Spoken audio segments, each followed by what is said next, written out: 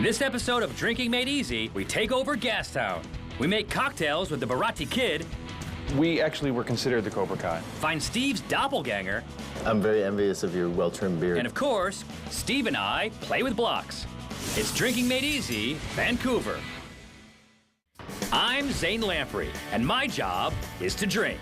I'm traveling around with my mascot, Steve McKenna, and my buddy Pleplius, as we explore the local drinking cultures, customs, and cocktails.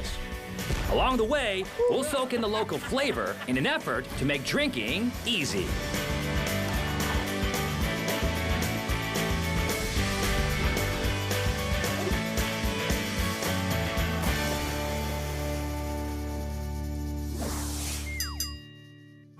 For our first stop, we drop by Rogue to try the national drink of Canada, the Caesar.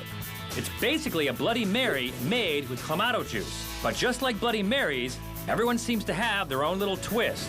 Our goal is to get Steve drunk today. My goal is to keep him from getting drunk. He's already half done, so That's it'll be my easy. goal as well. While we were prepping for the scene, Steve drank several of the test cocktails. I love Vancouver. This is the first shoot. We can't really, we're gonna start strong like this? Yes. Okay, all right. The Rogue Caesar is made with Tabasco sauce, Worcestershire sauce, cilantro and cumin-infused vodka, and of course, Clamato juice. Start by rimming a glass with lime cordial. Then coat the rim with celery salt. Now comes the spice contingent, thanks to Tabasco. And of course, Steve's gets a little more than everyone else. This is Steve. Yeah.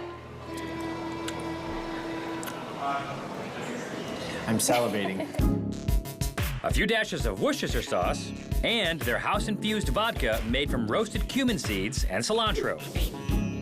And of course, Clamato juice. This is amazing for hangovers, because it's like a meal. Then ice them up and garnish. We're gonna garnish it with pepperoni, celery, and olive. Garnishing is an art, and little pepperonis are funny. Okay, that's me. Come on, what do you think I'm gonna do when I see little pepperonis? Okay, for mine, Hey, I you're what? like 2 pepperoni sticks in mine. Thanks. Okay, so this is mine. This is yours. I don't know what that says. Steve, sorry. Blame your father. And Pete? Here's the history on our American show on the Italian roots of the Canadian cocktail by a British guy named Pete. The guy who invented it was a guy called, I think, Walter Chern or something. He's passed away now, but he was Italian, and they were opening an Italian restaurant in Calgary. What they did was that to remind himself, I think, of Italy or something, where they had tomato and clams, and with pasta as a common drink, they made this drink, like, for the new opening of this restaurant. In Calgary. In Calgary, yeah. As a substitute for the Bloody Mary. Well, yeah, it was just a drink to pair with all the food they were going with. Okay. It got really popular, but and I think they make something like 350 odd million a year or something in Canada now. Oh, wow. But they're predominantly unknown anywhere else. You go over just over the border into Seattle, and you ask for a Caesar, and they'll give you a salad. Like, Yeah, so- well, that's true. So, as far as you guys serving these here, is this one of the most popular cocktails One of the here? few, yeah. It's definitely, we get a lot of people coming in on Saturday, Sunday mornings ordering Caesars. It's a breakfast drink. It's a recovery drink. It's the same as a Bloody Mary, but it's just our spin. And the clam. I think that I love a Bloody Mary, but I do like the clam makes it work. It adds a little bit of the, je ne sais quoi, clam.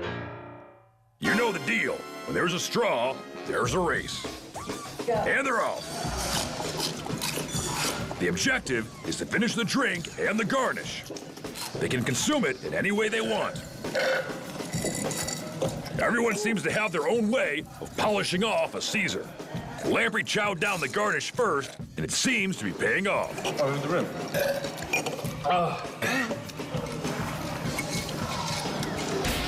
Lamprey wins, which makes him victorious in the first ever International Drinking Made Easy Challenge.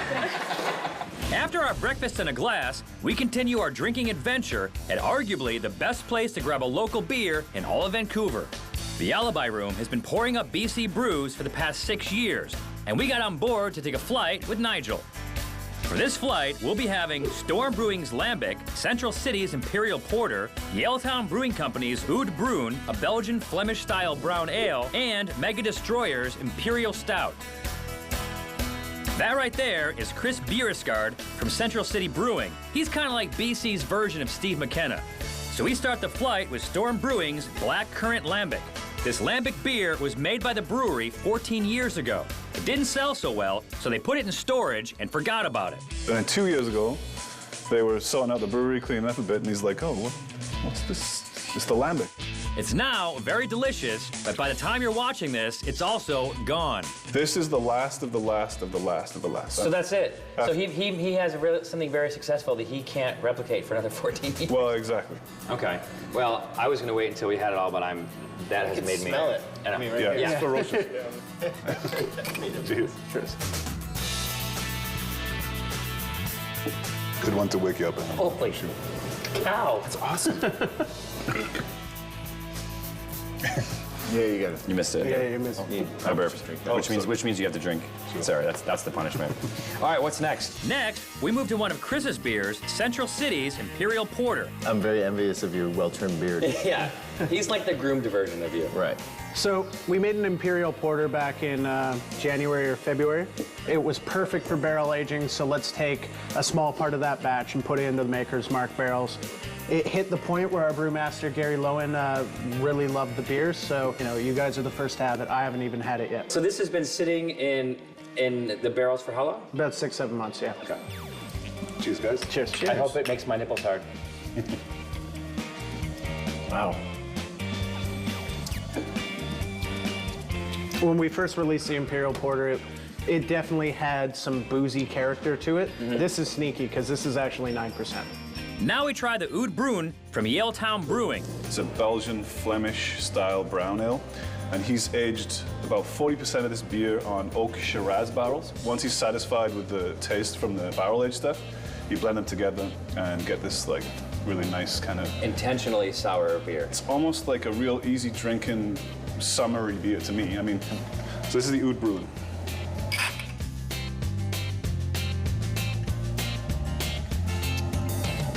More what I'm used to. That's good. What kind of Shiraz you said? Oak Shiraz barrels. Okay. For about 40% of the entire beer, and then it's blended with the tank aged stuff, and it's aged with Brettanomyces too. That's the other. That's the bacteria that makes it sour. But it gives it sort of a funky, dry. People say horse sweat, or kind of a barnyardy flavor that I right at the very end there you get this kind of lingering bitterness. I like how you said horse sweat. You made it low so we can barely hear you. You still said it. Well, We crash hard on the flight with an Imperial Stout from Mega Destroyer. So this is called Mega Destroyer. Now, that sounds a little intimidating to me. Yep. It sounds like don't drink this. Now, see, I'm drawn to Mega Destroyer. If I see Mega Destroyer on the menu, I'm like, I'll Right, take one of those. It's the beard. so it's an imperial stout aged with star anise and licorice root. What is Imperial? To me, it just kind of means everything amped up. All right. And with that, the flight's done. Cheers. Coming up on Drinking Made Easy, drinks with the Barati Kid. To Cobra Kai.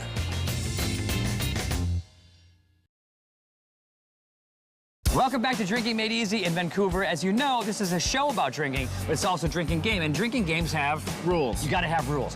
Everybody knows you have to have rules in order to play a game. Steve, Yeah. tell them a rule. Rule number one. I'm so fed up with them that they don't know the rules by now. Exactly. I just said, I can't. Just finish it. DrinkingMadeEasy.com for all the drinking rules. I'm fed up too. Why are you fed up? I don't know. We're boozing our way through Vancouver.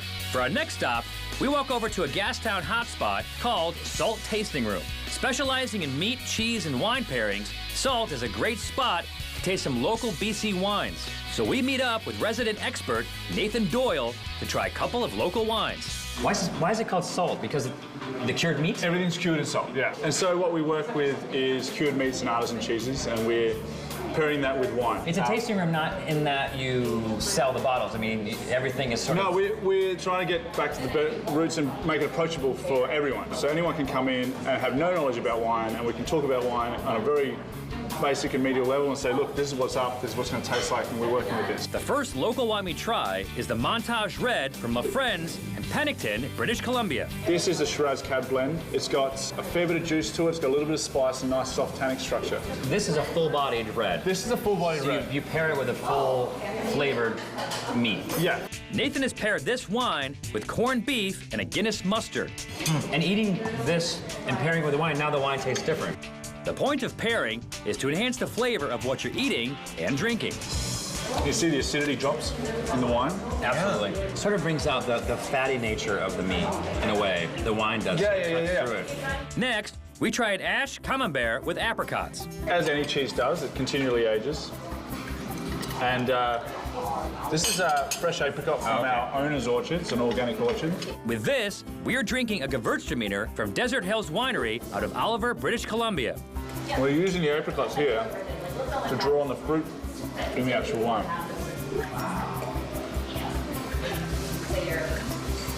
It sort of tones it down a little bit, doesn't it? Balances it, kind of? Yeah, like you're waking up your taste buds so that you taste something other than the apricot. Just the apricot, yeah.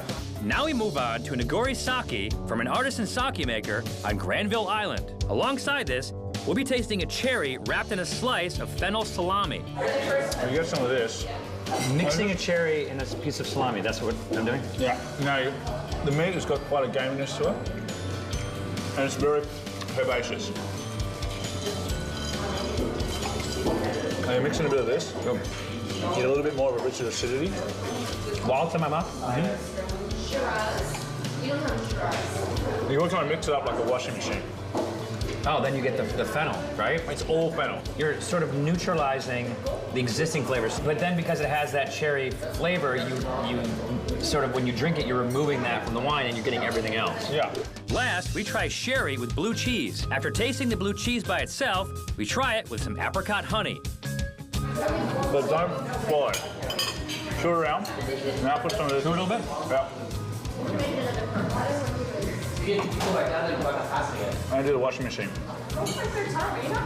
How good is that, right? It's like honey. Yeah, and like caramel. It's like a dessert. I wouldn't think that honey and blue cheese would go together. They do. Sorry. You just found that out. I just found that out. Yeah, you learn something new every day. That's what I love about it. The cool thing about being Steve is you learn something every day and then you forget it.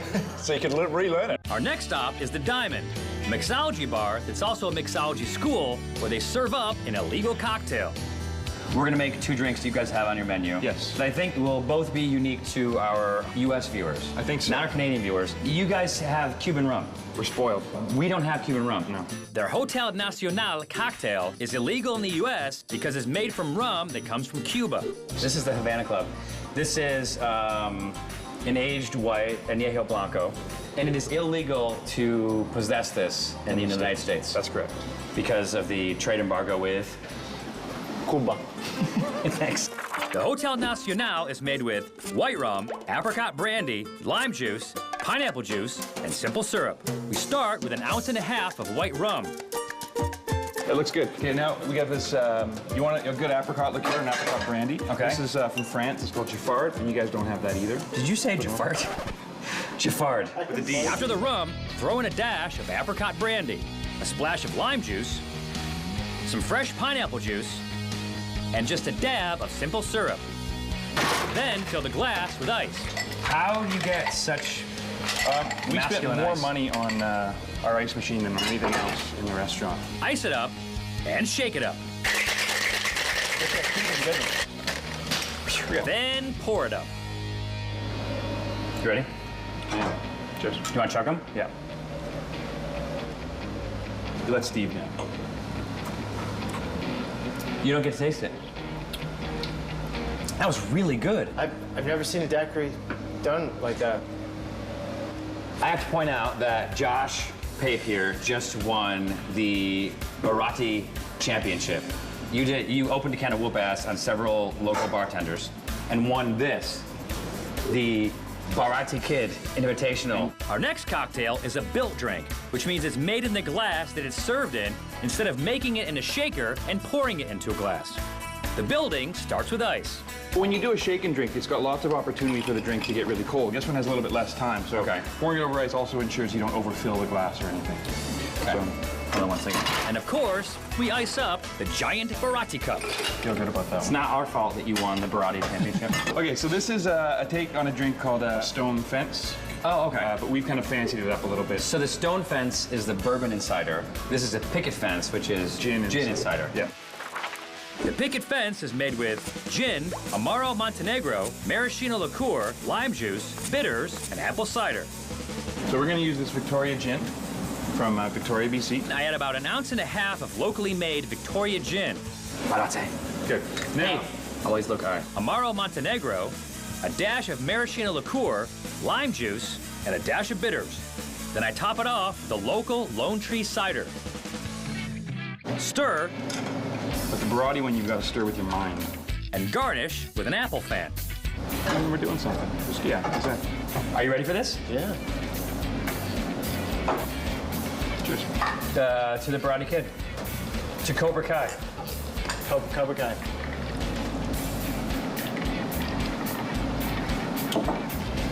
How do we do? Wow. Very good. Wow. It's time for the six-pack challenge.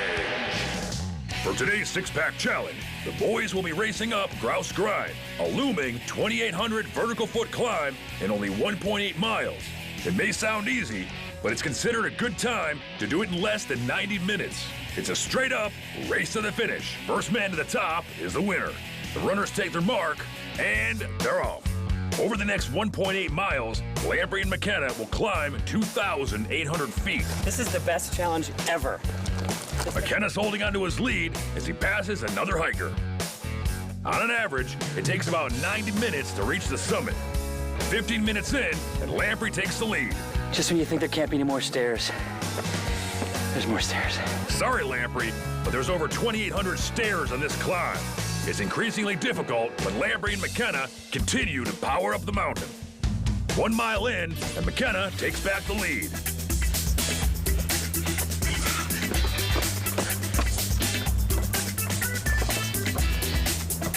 They split the tree as Zane tries to pass on the outside. As they near the finish, it looks like McKenna is still in the lead. With only 15 feet to go, McKenna throws up his arms in celebration. He's the first to reach the summit and wins this week's six-pack challenge.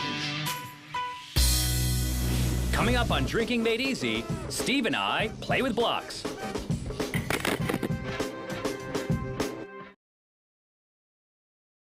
Welcome back to Drinking Made Easy in Vancouver. Right now, we're at the Gilt Factory.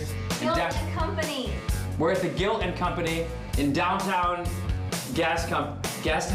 Gaslight Village. I don't know. For a list of the locations we went to this episode and the drinks that we had, go to drinkingmadeeasy.com. Next, we head over to the historic Gastown to get into mischief at a place called Gilt and Company. We meet up with bartender Paul Jago to get the lowdown on Gastown. So there's a gas lamp district in San Diego lit by gas lamps, but gas was actually a person. Yeah, so it's named after Gassy Jack. His real name's Jack Dayton. Ostensibly what happened was there used to be a sawmill here, and Jack Dayton showed up and he said, if you build me a bar, I'll serve all of your employees. So they built the bar, and he worked in the bar. So he was a barman? He was a barman. And there's a statue of him right there. Right across the street. Yeah. And his name was Gassy Jack, not because he had sort of a flatulent issue like Steve. Correct. But because he was a windbag. That's right. He talked a lot, and so they called him Gassy Jack. And from that stemmed Gastown. All right, enough of the history. Steve's getting thirsty. The Unfaithful Servant is made with gin, Canadian whiskey, sweet vermouth, bourbon maple syrup, old-fashioned bitters, and garnished with candied salmon. Each double-crossing cocktail gets 1 ounce of the locally made Victoria gin, 1 ounce of Crown Royal Canadian whiskey, We're running out of room. a splash of sweet vermouth, 1/3 of an ounce of bourbon maple syrup, It's great on pancakes. and a drop of old-fashioned bitters. Shake and serve. Because that one came up a little short, we'll give it to Steve. All that's left to do is garnish with a chunk of candied salmon. Cheers. Cheers. What's this like sort of tunnel here? That's right, the rum running tunnels. When this was a sort of more of a mill town. When Gassy Jack was When Gassy here? Jack was gassing. Yeah. These tunnels actually sort of linked up all of the buildings running along the street, so you could actually sort of go underneath the street and run stuff. We head over to check out the rum tunnels and behold, a drinking game. Only tap once. If you touch it, you gotta move it. If you touch it, you have to move it, yeah. Good call. Bang, bud.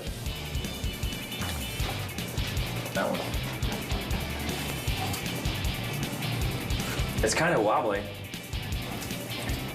Yeah. No, I mean, like, just, no, that's, okay. Now I will not cut.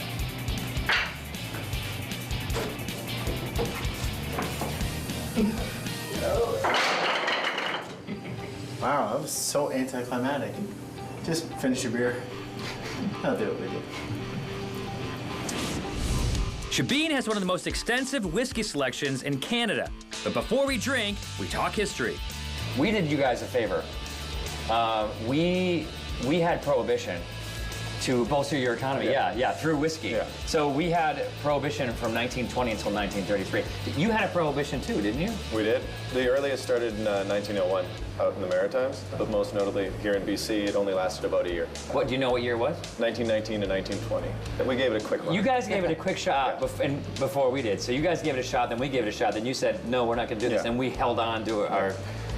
For 13 years. I think the movement was a little stronger in the States, possibly. The province of Quebec barely held it a couple months. Really? Yeah, they were known as the sinkhole of Canada. Got it? So the U.S. helped out Canadian whiskey makers during our Prohibition because when we stopped making whiskey, we really didn't stop drinking it. So a lot of our whiskey came from our brothers to the north. Okay, now it's time to drink. Can we do a blind flight and see if Steve and I can pick them out? Yep. Okay. Because we've done this before and we're not very good at it. I know. So what are we doing? Done. No, You I'm knew not for done sure. yet. No, but you just... It's a show I thought game. we could just... I'm on the right road here. I taste candy canes. So by Canadian whiskey regulations, a Canadian whiskey has to be aged in the barrel for a minimum of 3 years. Okay. So you'll never find a Canadian whiskey shy of 3 years. Okay. The boys have to arrange these whiskeys by age. Let the tasting begin. To cleanse their palates, they're sipping on a local beer, the Blood Alley ISB. Lamprey's been improving at this. Let's see how he does. Premium, 100 proof, 10 year, and the 12. Am I right? Yeah. That is 4 out of 4 for Lamprey. Now McKenna lines up his whiskeys. These four are just like that. And McKenna is also bang on. It's my job to know these things. That makes Lamprey and McKenna both winners. Now that we have the basics down, it's time to make a cocktail with another Canadian whiskey. You want a cocktail? Yes. We're making a cocktail, but we're making it with a... White Owl whiskey. A traditional Manhattan is made with whiskey and sweet vermouth, which is a fortified wine and turns the drink a reddish brown. But this is a white Manhattan, so all the ingredients are light in color. It's different than most whiskeys. Start with 3 ounces of White Owl whiskey. 1, 2. There you go. Okay. And it's clean. Add a ½ ounce of Lillet Blanc. Give you a bit more of a golden hue. You want to do about half of what you did. That's probably good. Okay. Yeah. Orange bitters. That'll do. Okay. And a splash of B&B. This is gonna add a lot Yeah. of stuff to That's it, you know? exactly it. Just a little bit. You're basically just building off the White Owl whiskey. Now it's ready to drink. It's a white Manhattan. White Manhattan. This is just booze. Yeah. Pretty much. Chilled booze. Yeah. A little Oh, yeah. bit of bitters.